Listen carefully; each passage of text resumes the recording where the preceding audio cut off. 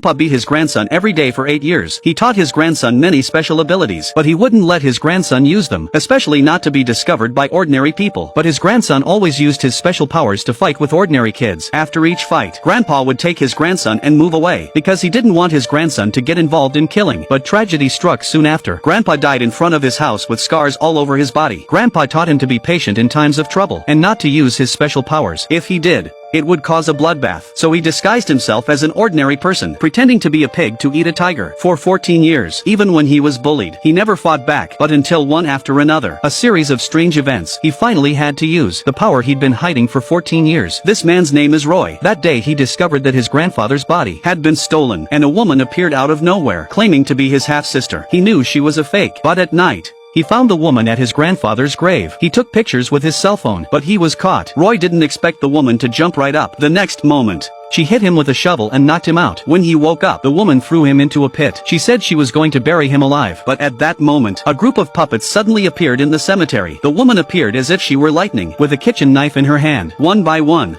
the puppets were easily disposed of. But as the fight went on, the woman stopped fighting. She turned around and ran away, leaving Roy alone in the cemetery. The woman went to meet a man. They were actually looking for Roy's grandfather's body, but they were too late. The man heard that he left Roy alone in the cemetery. He was very worried, because he thought Roy was just an ordinary man. But what he didn't realize, this lightning in the sky right now was coming from the cemetery. When the two of them arrived, the puppet and Roy were gone.